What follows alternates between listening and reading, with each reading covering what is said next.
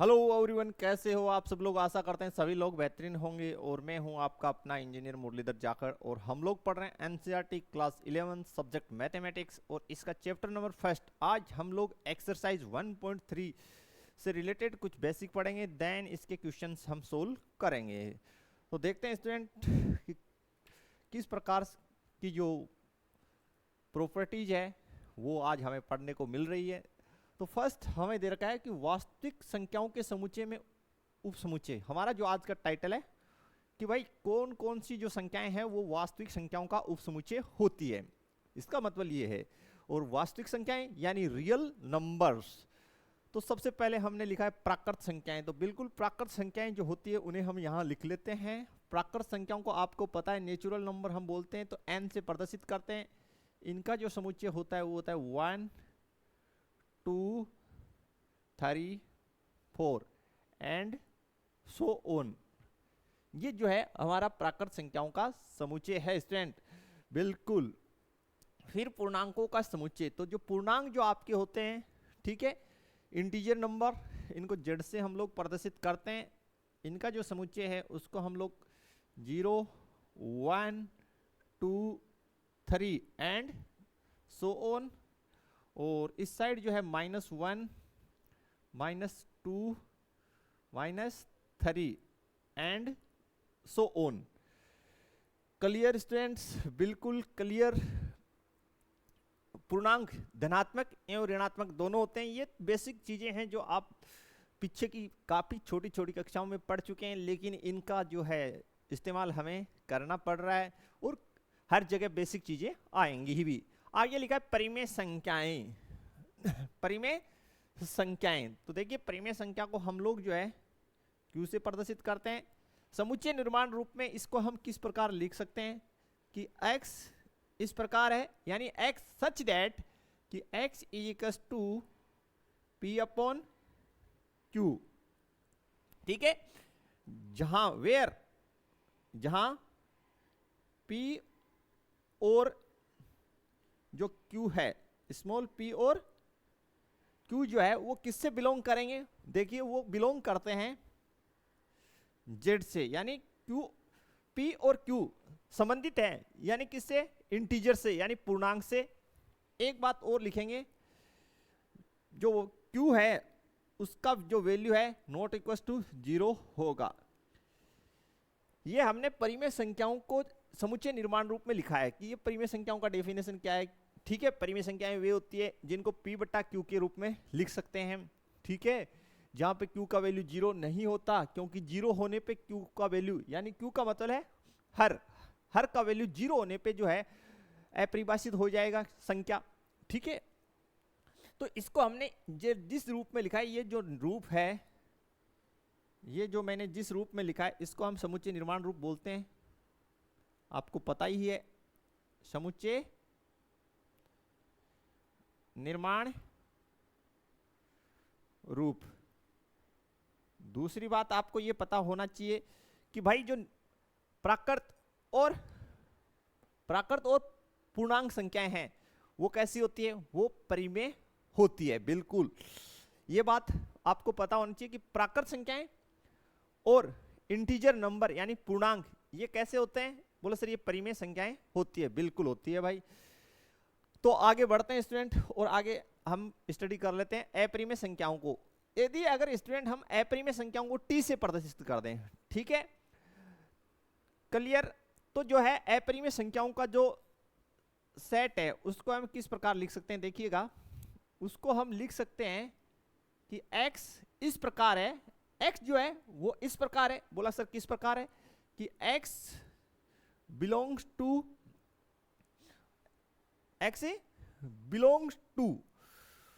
ठीक है, हमें लिखना है रियल नंबर कि भाई ये जो है रियल नंबर से संबंधित होगा। और x का जो मान है वो परिमेय संख्या तो नहीं होगा। ठीक है, परिमेय संख्या नहीं होगा। बिल्कुल ये बात आपको क्लियर हो जाना चाहिए। देखिए हमने क्या लिखा है, x इस प्रकार है कि x संबंधित है किससे?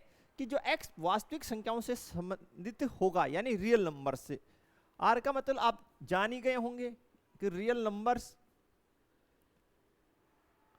रियल नंबर्स, और q जो है वो आपको पता ही है क्या है, परिमेय संख्या। अब ठीक है, इसको एक तरीके से और प्रदर्शित किया गया आगे। फाइनली बोला सर इसका मतलब तो ये हुआ कि अगर रियल नंबर में से हम लोग जो है वो परिमेय संख्याओं को सब्ट्रैक्ट कर दें तो जो हमारे पास बचेगा वो क्या होगा? बोला सर वो अपरिमेय संख्या होगा, अपरिमेय संख्या होगा। अब यहां पे आपको मैं एक बात बता देना चाहता हूं कि भाई वास्तविक संख्याएं, रियल नंबर मतलब वास्तविक संख्याएं, तो वास्तविक संख्याओं में कौन कौन सा संख्या शामिल होता है? पहला प्राकृत, दूसरा पूर्ण, तीसरा पूर्णांक, ठीक है। और परिमेय संख्याएं, अपरिमेय संख्याएं, ये सभी जो है वास्तविक संख्याओं में शामिल होती है। अब बात आती है परिमेय संख्याओं की कि भाई कौन कौन सी संख्याएं परिमेय हो सकती है। तो देखिए प्राकृत संख्या परिमेय होती है।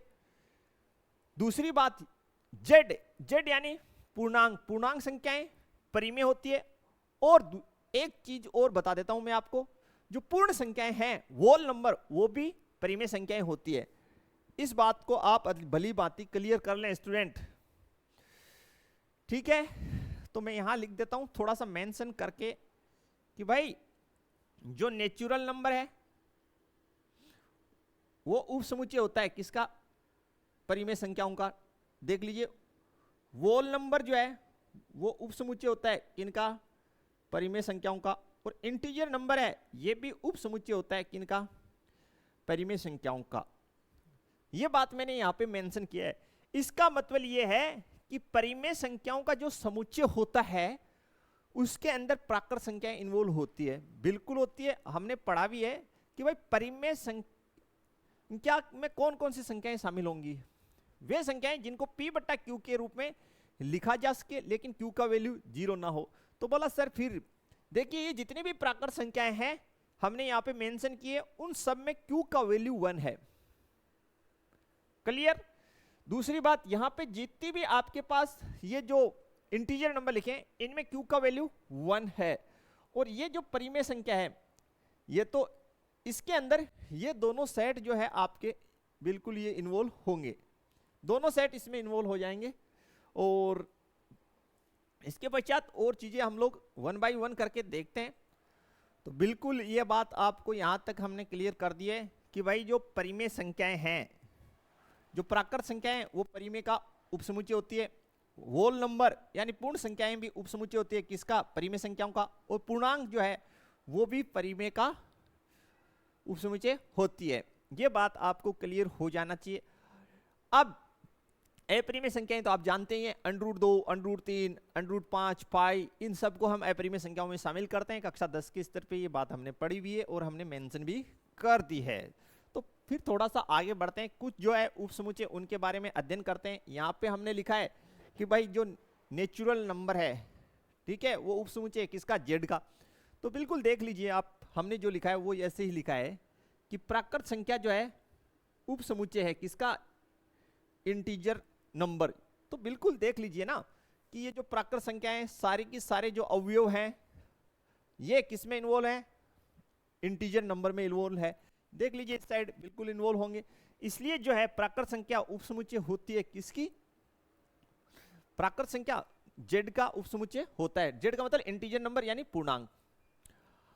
और आगे लिखा है कि जो पूर्णांक है वो सबसेट होता है किसका? परिमेय संख्याओं का। तो बिल्कुल हमने ये लिखा ही है यहां पे। फिर एक बात हमने आगे मेंशन आपके लिए किया है कि जो ये q यानी परिमेय संख्याएं हैं वो परिमेय संख्याएं उपसमुच्चय होती है किनका? रियल नंबर का। परिमेय संख्याएं उपसमुच्चय है किसका? रियल नंबर का। तो भाई बिल्कुल वास्तविक संख्याएं जो हैं उनके अंदर कौन कौन सी संख्याएं सम्मिलित होती है? आप कहेंगे सर फर्स्ट प्राकृत, देन पूर्ण, फिर पूर्णांक, ठीक है, यहां तक होता है। और परिमेय संख्या के अंदर देखिए कौन कौन सी संख्याएं, प्राकृत, पूर्ण, पूर्णांक, ये सभी क्या होती है, परिमेय संख्याएं होती है। इसके अलावा जिस संख्या को p बटा q के रूप में लिख सकें और जिसमें q का वैल्यू क्या ना हो, 0 ना हो, वो भी क्या होंगी, परिमेय होंगी। तो परिमेय संख्या सबसेट होगी किसका, वास्तविक संख्याओं का, तो होती है बिल्कुल, इसमें कोई दो राय नहीं है। और ये भी आपको पता है, t का मतलब हो गया अपरिमेय संख्या, तो अपरिमेय संख्या भी किस में शामिल होती है, वास्तविक संख्याओं में शामिल होती है। तो ये सामान्य सी बात है। फिर लिख रखा है n सबसेट नहीं है, n सबसेट नहीं है किसका, t का। t का मतलब होगा अपरिमेय संख्या है। तो भाई प्राकृत संख्या जो है कब से अपरिमेय होने लगी, नहीं होती है बिल्कुल, तो इसलिए वो उसका उपसमुच्चय नहीं होगी।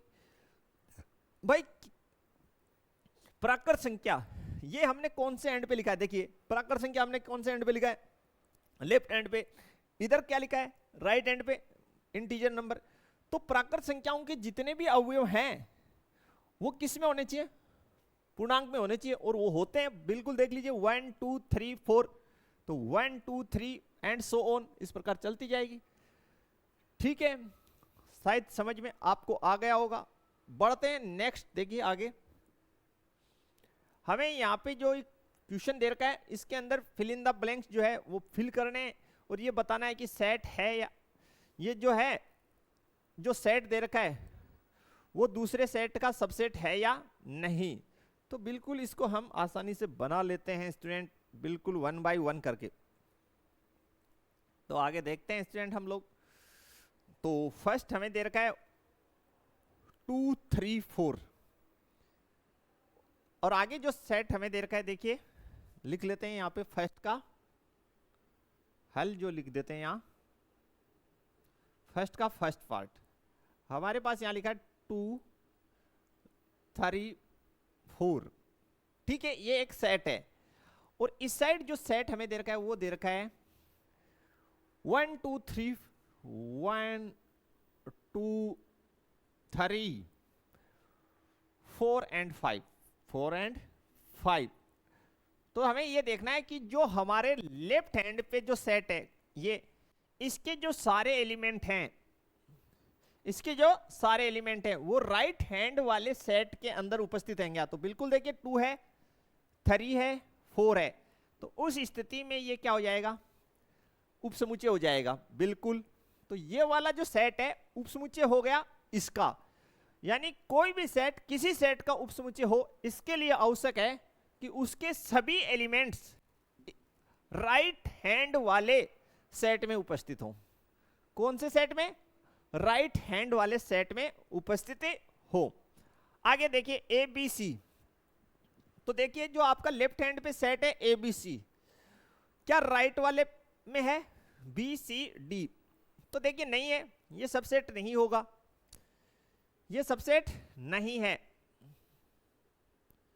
सबसेट नहीं है। बोला सर क्यों, क्योंकि जो आपका राइट हैंड पे देखिए लिख देता हूं मैं यहां पे एक बार, कंफ्यूज ना हो, A comma B comma C, ठीक है, और इस साइड देखिए, इस साइड लिखा B comma C comma D, A यहां पे, ठीक है, इसमें कहां है बताइए, बी है, बी है, सी है, सी है, बट ए इस सेट का तो एलिमेंट है, इस राइट हैंड वाले सेट का एलिमेंट थोड़ी है ए। आप कहेंगे सर नहीं है, तो इस ये जो सारे एलिमेंट हैं, ये जो सारे एलिमेंट हैं वो इसमें उपस्थित होने चाहिए, जबकि नहीं है तो लिख दीजिए ये सबसेट नहीं है। ठीक है भाई, क्लियर। देखिए नेक्स्ट थर्ड क्वेश्चन है कि भाई आप x इस प्रकार है, तो किस प्रकार है, देखिए x आपके विद्यालय की कक्षा 11 का एक विद्यार्थी है, कि भाई जो x है वो कक्षा 11 के एक विद्यार्थी को दर्शाता है।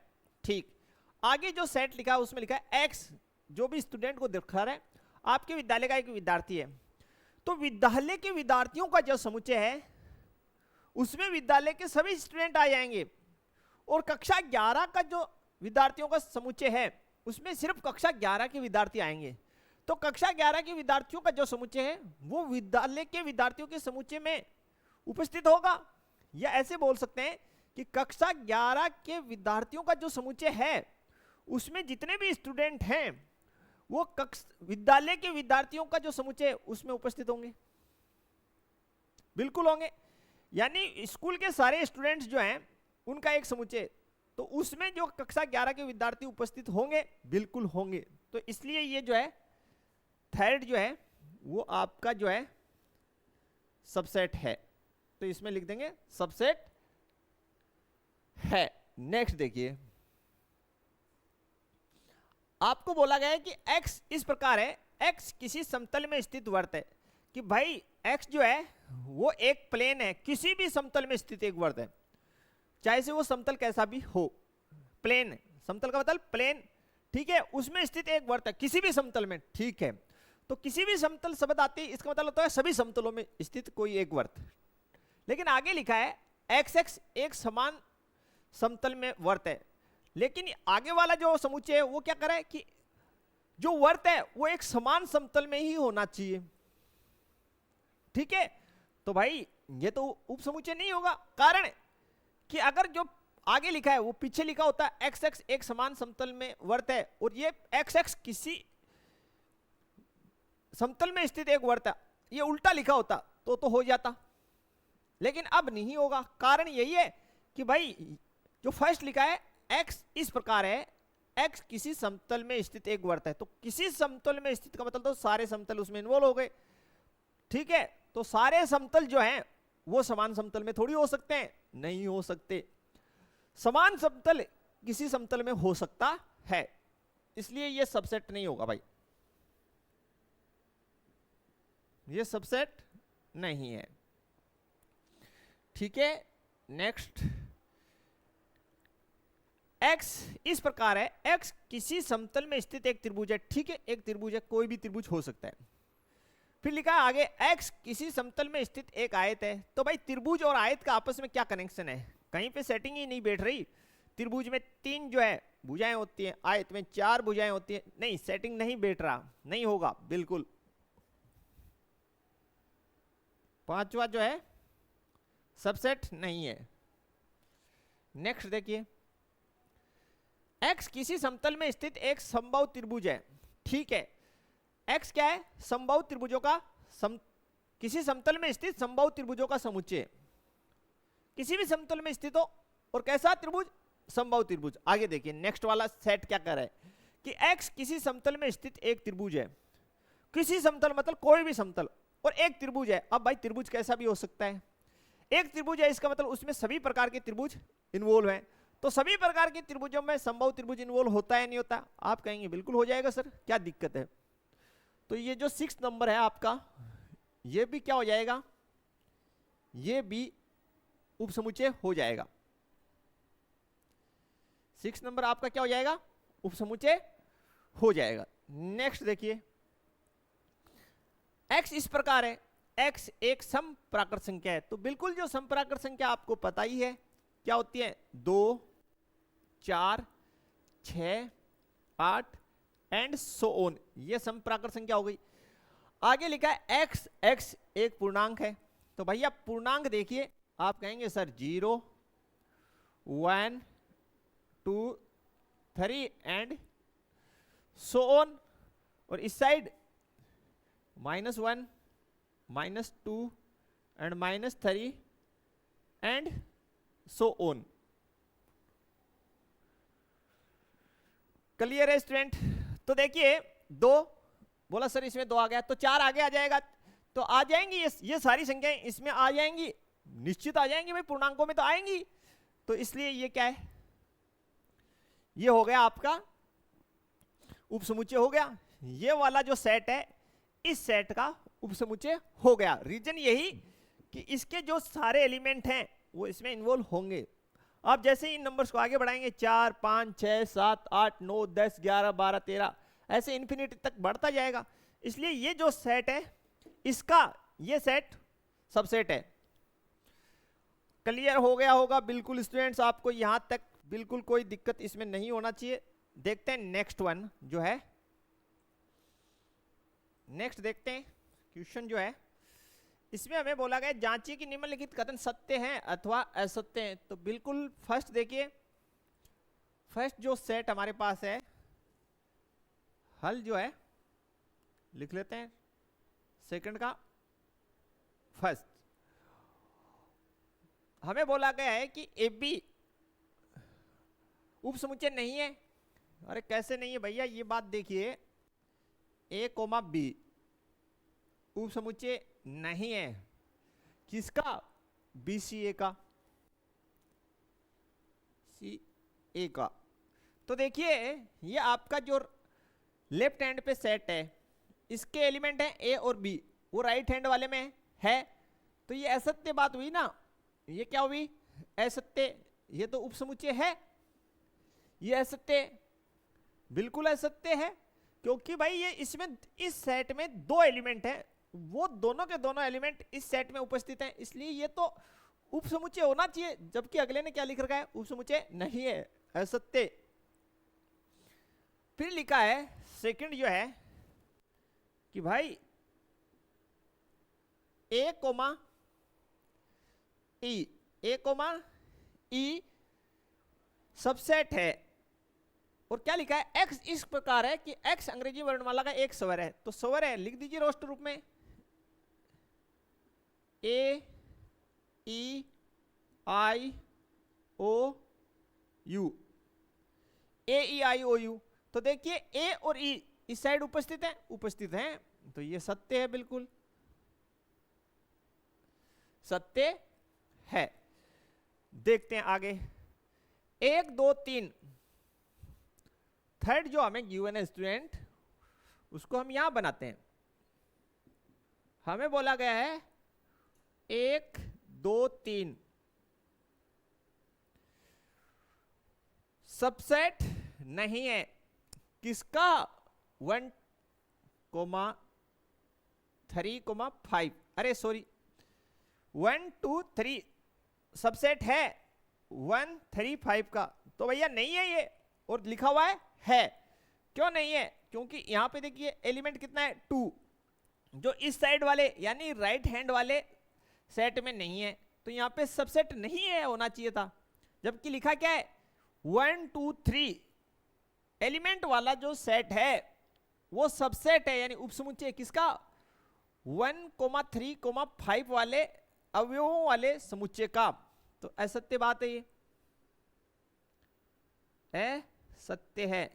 कारण आपके सामने कि इस सेट में जो एलिमेंट 2 है वो इस सेट में उपस्थित नहीं है, तो बिल्कुल ये असत्य है। फिर चौथा जो है वो देखते हैं स्टूडेंट, हमें बोला गया है सेट, एक सेट दे रखा है जिसमें एक ही एलिमेंट है, और वो क्या है? ए है। तो चौथा बिल्कुल सत्य है, कोई दिक्कत ही नहीं है, चौथा स्टेटमेंट सत्य है। क्योंकि यहां पे देखिए हमें लिखा है कि ये एकल समुच्चय है, एक ही अवयव है, सबसेट है ए कोमा बी कोमा सी। तो एकल समुच्चय एक ही अवयव है, और वो राइट हैंड वाले जो सेट है उसमें उपस्थित है, इसलिए उपसमुच्चय होगा। लिख दीजिए सत्य। आगे बढ़ते हैं स्टूडेंट,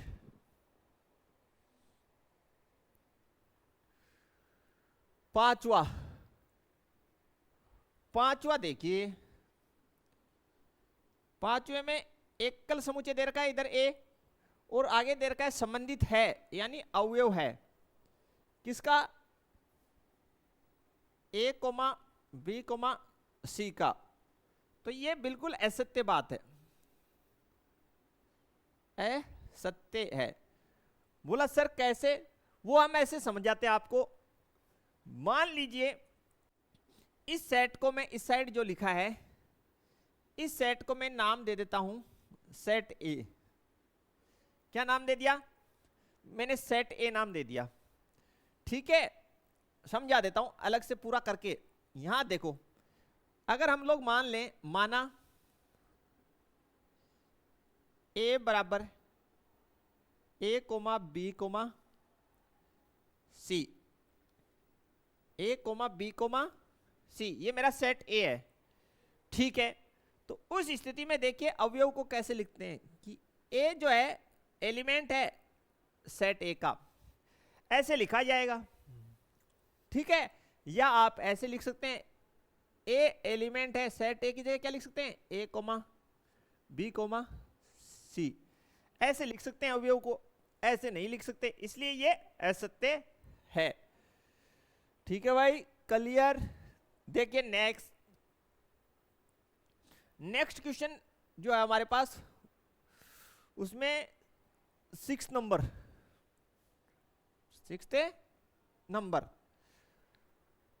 हमें बोला गया कि x इस प्रकार है, देखिए किस प्रकार है, x संख्या 6 से कम, 6 से तो कम है, साथ में क्या लिखा है, एक सम प्राकृत संख्या है, तो 6 से कम सम प्राकृत संख्या कौन सी होती है, वो लिख लो, 2 सम और प्राकृत 2 4, ये 6 से कम सम प्राकृत संख्या है, बिल्कुल है, सम भी होनी चाहिए और प्राकृत भी होनी चाहिए, और सम का मतलब जिसमें 2 का भाग जाए तो यही होगी प्राकृत में। तो अब देखिए आगे लिखा है उप समुच्चय है, और आगे का सेट है उसको रोस्टर रूप में बना लेते हैं, एक्स एक प्राकृत संख्या है, ठीक है, यानी नेचुरल नंबर है, याद रखें, जो 36 को विभाजित करती है, तो 36 को कौन सी प्राकृत संख्या विभाजित करती है, 1 करता है, 2 करता है, ठीक है, 3 करता है, 4 का भी भाग 36 में जाता है, 6 का भी जाता है,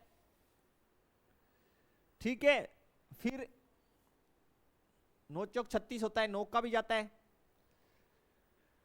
भाई, 36 में 9 का भी जाता है, फिर देखिए 12 का 10 11 12 12 का जाता है, 12 36, यस या नो, ओ ठीक है, और 13 नहीं, 14 नहीं, 15 नहीं, 16 नहीं, 17 18 दूनी 36, 19 20 21, फिर 36 ही जाएगा,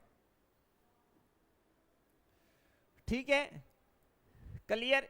ये वो संख्या है जिनमें 36 का भाग जाता है, क्लियर। तो देखिए ये जो आपका राइट हैंड वाला सेट है, इसके अंदर लेफ्ट हैंड वाले सेट के अवयव उपस्थित हैं, आप कहेंगे उपस्थित है, देखिए 2 और 4, तो ये बात तो बिल्कुल भाई सत्य हुई,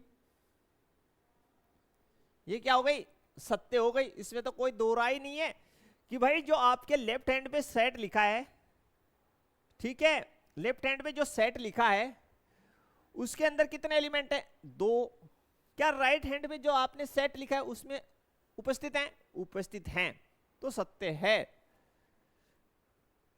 अब क्वेश्चन नंबर जो 3 है, लिखा है मान लीजिए कि ये हमें एक सेट दे रखा है और निम्नलिखित में कौन सा कथन सही नहीं है, और नहीं है तो क्यों है, और कौन सा सही है, यही हमें जांच करना है। तो बढ़िया क्वेश्चन है, ये स्टैंडर्ड लेवल का क्वेश्चन है, बिल्कुल इसको बनाते हैं 1 बाय 1 करके हम लोग। तो बिल्कुल स्टूडेंट, सबसे पहले मैं जो ये सेट हमें गिवन है सेट ए, इसको यहाँ पे जमा के लिख देता हूँ, और नहीं हल जो है क्वेश्चन नंबर 3 का, सेट ए जो है हमें दे रखा है, देखिए 1, 2, 3, 4 एंड 5, ये हमें एक सेट गिवन है और सारी बातें इसी के बारे में पूछी गई है। पहला हमें पूछ रहा है 3, 4 उप समुच्चय है। फर्स्ट देखिए जो हमें पूछा है 3, 4 सबसेट है किसका, ए का, ठीक है भाई, उप समुच्चय किसका, ए का। तो ये बात सत्य है या असत्य, तो मैं ये बोलूंगा कि ये बात असत्य है, सत्य है। बोला सर क्यों, देखिए भाई जब भी आप साइड में चलिए थोड़ा, अगर मेरे पास एक सेट ए है और मेरे पास उसके एलिमेंट है 1, 2, 3, ठीक है, तो मैं 2 बातें यहां लिखता हूं, उनको आपको समझना होगा, तो फिर क्वेश्चन पूरा हो जाएगा। मैं ऐसे लिखता हूं कि एक जो है वो अवयव है किसका, ए का, और एक बात ऐसे लिखता हूं कि 1 जो है वो सबसेट है किसका, ए का। तो ध्यान से देखिए जो अंदर एलिमेंट्स हैं उनको हमने ऐसे लिखा, अगर उन एलिमेंट्स के हमने मंजिला कोष्टक लगा के लिखा देन हम उसको सबसेट में लिखते हैं। यानी अगर कोई समुच्चय किसी समुच्चय का उप समुच्चय तो उसको हम मंजिले कोष्टक में लिखते हैं। बोला सर यहां पे भी तो लिखा है मंजिले कोष्टक में। अरे भैया अंदर देखिए उसमें पहले से मंजिला कोष्टक लगा है, तो एक और लगाइए फिर। सही बात है ना। यहां पे ये जो मंजिले कोष्टक में लिखे हैं ना अंदर, ये अवयव के रूप में है। किसके रूप में है, अवयव के रूप में है। तो ये तो ऐसे अगर सत्य हो तब होता जब ऐसे लिखा होता 3,4 एलिमेंट है ए के, तब सत्य होता। तब क्या होता, सत्य होता। समझ गए होंगे आप। ऐसे लिखा है इसलिए असत्य। अगर ऐसे लिखा होता कि 3,4 जो कोष्टक में लिखा है वो अवयव है किसका, ए का, तब सत्य हो जाता। आगे लिखा है, और सेकंड बात आ भी गई ना, 3,4 अवयव है ए का, तो सेकंड कर लीजिए ये सत्य। अगले ने दे भी दिया ना तो सत्य है ये, बिल्कुल ये अब सत्य है। और थर्ड देखिए 3,4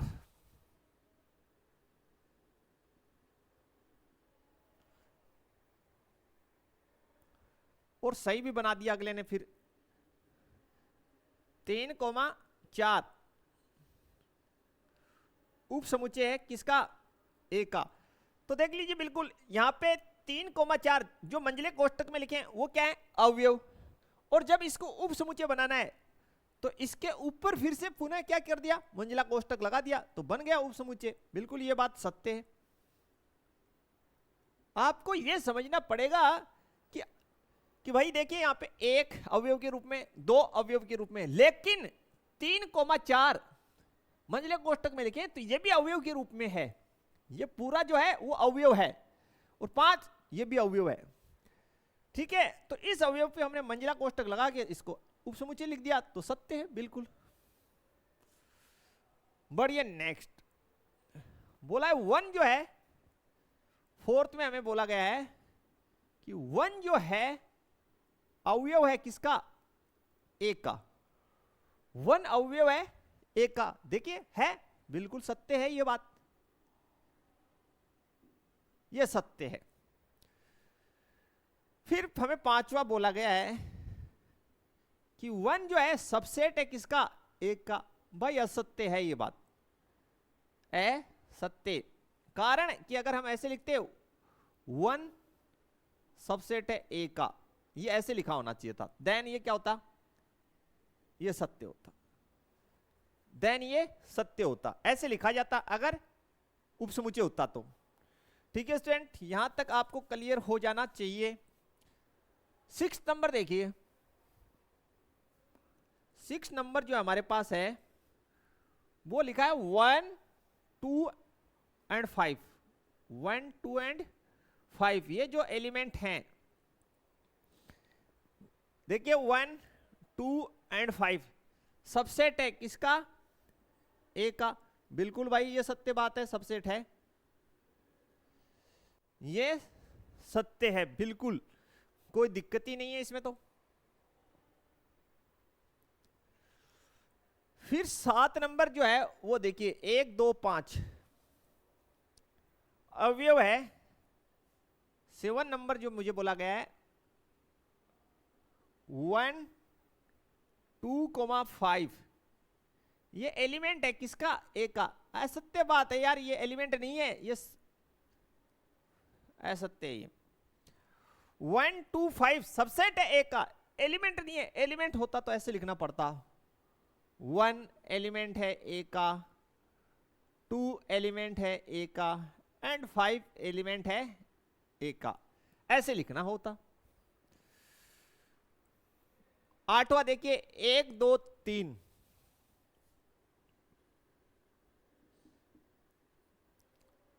1, 2 एंड 3। ठीक है, ये सबसेट है किसका, ए का। तो देखिए बिल्कुल ये बात गलत है, क्योंकि यहाँ पे जो 3 है वो ऑलरेडी पहले से मंझले कोष्टक में है, यहाँ पे देखिए नहीं लिखा हुआ, असत्य है ये,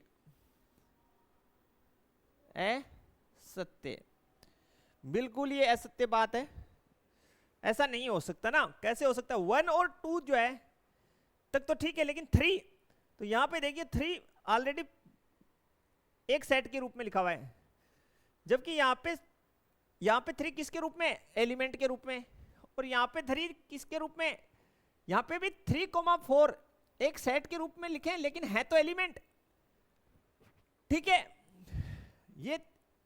और यहाँ पे गलत हो गया ये, ठीक है भाई। यहाँ पे बीच में ये मंझले कोष्टक के अंदर भी कोष्टक में लिखा है, यानी एक सेट के रूप में लिखा है, जबकि यहाँ पे डायरेक्ट लिखा है ना, तो कैसे होगा भाई? असत्य है ये। 8वां नोवा है 5, नोवा है 5 यानी रिक्त समुच्चय, 5 यानी नल सेट रिक्त समुच्चय अवयव होता है किसी सेट का। अरे भैया गलत बात है, 5 जो है असत्य है, प्रत्येक समुच्चय का उप समुच्चय होता है। 5 जो है एलिमेंट नहीं होता, सबसेट होता है किसका? प्रत्येक सेट का। ऐसे लिखा होना चाहिए था, जबकि लिखा क्या है? 5 अवयव है, यानी रिक्त समुच्चय अवयव है किसका? ए का। नहीं भैया ऐसे नहीं होता, रिक्त समुच्चय प्रत्येक समुच्चय का उप समुच्चय होता है। 10वां देखिए 5 जो है, 10वां राइट हो गया, 10वां अगले ने फिर लिख भी दिया राइट कि 5 जो है सबसेट है ए का, बिल्कुल सत्य, क्योंकि रिक्त समुच्चय प्रत्येक समुच्चय का उप समुच्चय होता है। और लास्ट वन जो है 11th नंबर, जो हमें बोला गया है, देखिए क्या बोला है कि हमें एक सेट दे रखा है 5, एक सेट दे रखा है जिसका एक एलिमेंट 5 है, वो सबसेट है ए का। ये बात असत्य है। बोला सर क्यों? देखिए इस साइड ये जो सेट है उसमें एक एलिमेंट है जो 5 है, ठीक है। यहां पे एलिमेंट 5 जो है एलिमेंट के रूप में है, जबकि वो तो सेट ए में है ही नहीं। सेट ए में 5 एलिमेंट कहां है? नहीं है। अगर ऐसे लिखा है 5, इसका मतलब रिक्त समुच्चय है, अगर ऐसे लिखा है तो ये एलिमेंट के रूप में है, ठीक है बिल्कुल। तो बढ़ते हैं आगे जो और देखते हैं आगे का क्वेश्चन। तो स्टूडेंट इस क्वेश्चन में हमें जो सेट दे रखे हैं उनके उप समुच्चय बनाने हैं। तो देखिए हल जो है क्वेश्चन नंबर 4 का, सबसे पहले हम लिख देते हैं उप समुच्चयों की संख्या, उप समुच्चयों की संख्या। तो आप कैसे ज्ञात करते हैं? आप कहेंगे सर जो फॉर्मूला है वो है 2 की पावर n, 2 की पावर n, जहां पे n क्या है? जहां n समुच्चय में अवयवों की संख्या है, अवयवों की संख्या है।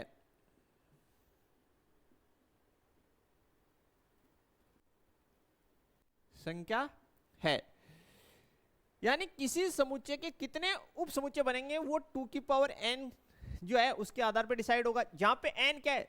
उस समुच्चय में अवयवों की संख्या है। तो फर्स्ट देखते हैं, फर्स्ट जो सेट है हमारे पास वो है, उसका एक एलिमेंट है a, एकल समुच्चय। तो अवयवों की संख्या कितनी है? 1। तो 2 की पावर n के आधार पे देखिए 2 की घात 1, यानी इसके 2 उप समुच्चय बनेंगे। कितने उप समुच्चय? 2 उप समुच्चय बनेंगे, ठीक है भाई। अब वो उप समुच्चय आपको पता भी होना चाहिए कि 5 जो है वो प्रत्येक समुच्चय का उप समुच्चय होता है। तो लिख दीजिए यहां पे एक तो फाई और दूसरा ए स्वयं, तो ये दो उपसमुच्चय हो गए। सेकंड देखिए,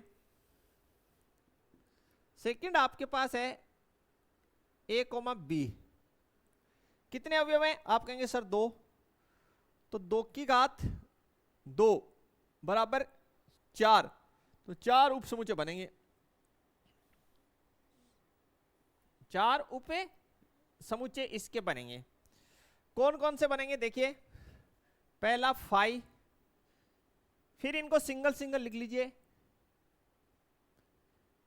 ठीक है, फिर डबल डबल लिख दीजिए, ये 4 बन गए। फाई जो है प्रत्येक समुच्चय का उपसमुच्चय होता है, फिर एक एक करके लिख दिया अवयव को, फिर डबल डबल लिख दिया। तीसरा देखिए,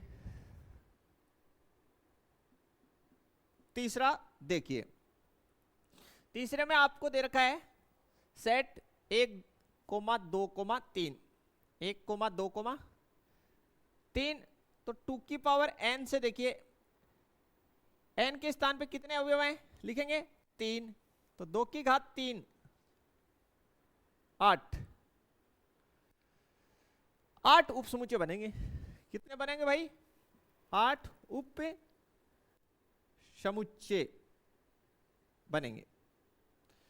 कैसे बनेंगे देखिए, पहला तो 5, दूसरा 1, फिर 2, पहले सबको सिंगल सिंगल लिख देंगे, क्लियर। आगे देखिए फिर डबल डबल लिखिए, 1, 2, 1, 3, ठीक है, फिर 2, 3, फिर सबको एक साथ लिख दीजिए 1, 2 एंड 3, गिन लीजिए 1, 2, 3, 4, 5, 6, 7, 8। फिर समझ लीजिए पहले फाई, तो प्रत्येक फाई जो है वो प्रत्येक समुच्चय का उपसमुच्चय होता है, बेसिक में हमने पढ़ाई है। फिर सभी एलिमेंट्स को सिंगल सिंगल लिख दिया, फिर डबल डबल लिख दिया, और फिर लास्ट में सभी को एक साथ। फोर्थ देखिए, फाई का मतलब हो गया ये सेट, फाई का मतलब है नल सेट, इम्पटी सेट, ऐसा सेट या ऐसा स्टेटमेंट, या हमें कोई स्टेटमेंट दे रखा हो जिसके लिए हम एक एलिमेंट भी ना लिख पाए, वो नल सेट होता है। तो अवयवों की संख्या कितनी है? बोला है ही नहीं मतलब 0, ठीक है भाई। इसका मतलब 2 की पावर n से देखिए n के स्थान पे कितना लिखेंगे 0, अगर किसी संख्या का घात 0 है तो उसका मान कितना होगा 1, तो इसका कितना उपसमुच्चय होगा? 1 उपसमुच्चय होगा, एक ही उपसमुच्चय होगा, और वो कौन होगा?